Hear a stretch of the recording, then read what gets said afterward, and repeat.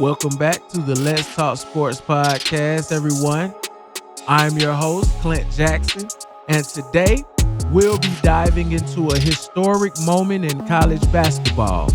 Also, the Atlanta Falcons and their chances of winning the South, and Ja Morant's self-defense claim in an ongoing past legal issue. But first, the UConn Huskies have done it again, folks. They've clinched the NCAA tournament for the second year running, a feat that hasn't been seen since Florida's back-to-back titles in 2006 and 2007. And what a journey it's been for the Huskies. Last year, they stormed the tournament as a number 4 seed, and this year, they came back even stronger, sweeping the Big East titles and securing the NCAA tournament's number 1 overall seed. It's been a display of sheer dominance. And let's talk about the final game, a 75-60 victory over the Boilermakers. It was a nail-biter in the first half, but UConn just overwhelmed Purdue in the second. And it wasn't just the offense, which had been top-notch all season. Their defense really stepped up. They've been ranked 11th in defense, allowing just 94.4 points per 100 possessions. That's championship material right there. Let's not forget the marquee matchup of the big men with Purdue's 7'4" Zach Edey and UConn's 7'2" Donovan Clingan. It's been a battle of the Giants, but Clingan and the Huskies showed they had the edge, and Coach Dan Hurley deserves a ton of credit. He's built the team that's not just skilled, but also resilient. They faced every challenge head on and come out on top. And with this win, UConn joins an exclusive list of repeat NCAA tournament winners. It's a testament to the program's excellence and the legacy they continue to build. So to all the Husky fans out there, savor this victory. Back-to-back championships are rare. And this team has etched its name in the history books forever.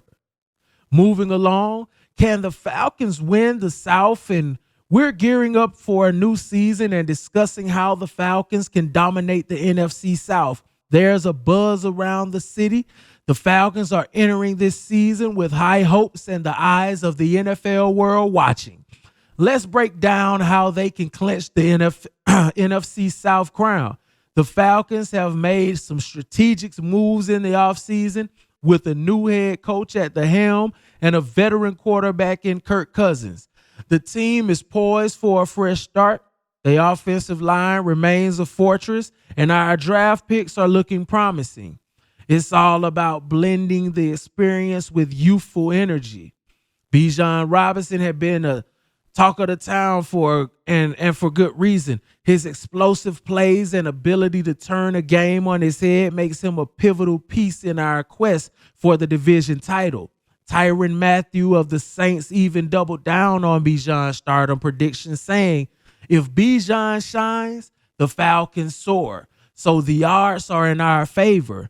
The Falcons are the early favorites to top the NFC standings, but it's not just about the odds. It's about the performance on the field. With a balanced attack and a defense that's finding its rhythm, the Falcons have all the tools needed to win the division. It's a season of opportunity, and the sky's the limit. Keep rising, and let's bring that title to Atlanta.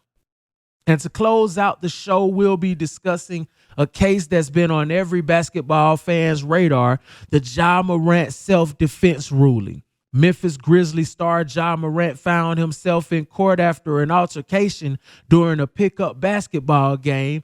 The incident, which took place in July 2022, led to a punch thrown by Morant, but was an act of aggression or was it self-defense? That's the question that's on everyone's mind.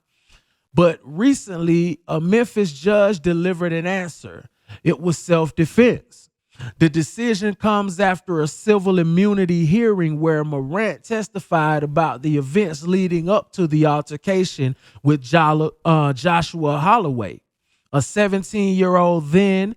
According to reports, Holloway threw a hard pass that hit Morant in the face, During the game, Morant claimed Holloway then approached him in a threatening manner, prompting Morant to punch him. The judge cited Tennessee's self-defense immunity statute, stating that Morant enjoys a presumption of civil immunity. That means the burden of proof now shifts to Holloway's legal team to prove the NBA star didn't act in self-defense. It's a significant ruling, not just for Morant, but for the legal precedent it sets. Self-defense cases, especially involving high-profile athletes, are always under intense scrutiny. And while this is a win for Morant in the courtroom, it's also a reminder of the pressures athletes face both on and off the court. For Morant, this ruling allows him to focus on the game and his recovery from a shoulder injury that sidelined him this season. We'll continue to follow this story and bring you updates as they come, but for now, that's all we have. I've been your host, Clint Jackson, and this episode of Let's Talk Sports Podcast has been presented by FO Film Division. And if you enjoyed it, please like, share, and subscribe, and we'll continue to bring you the best in sports news and content. Thanks for tuning in. Goodbye.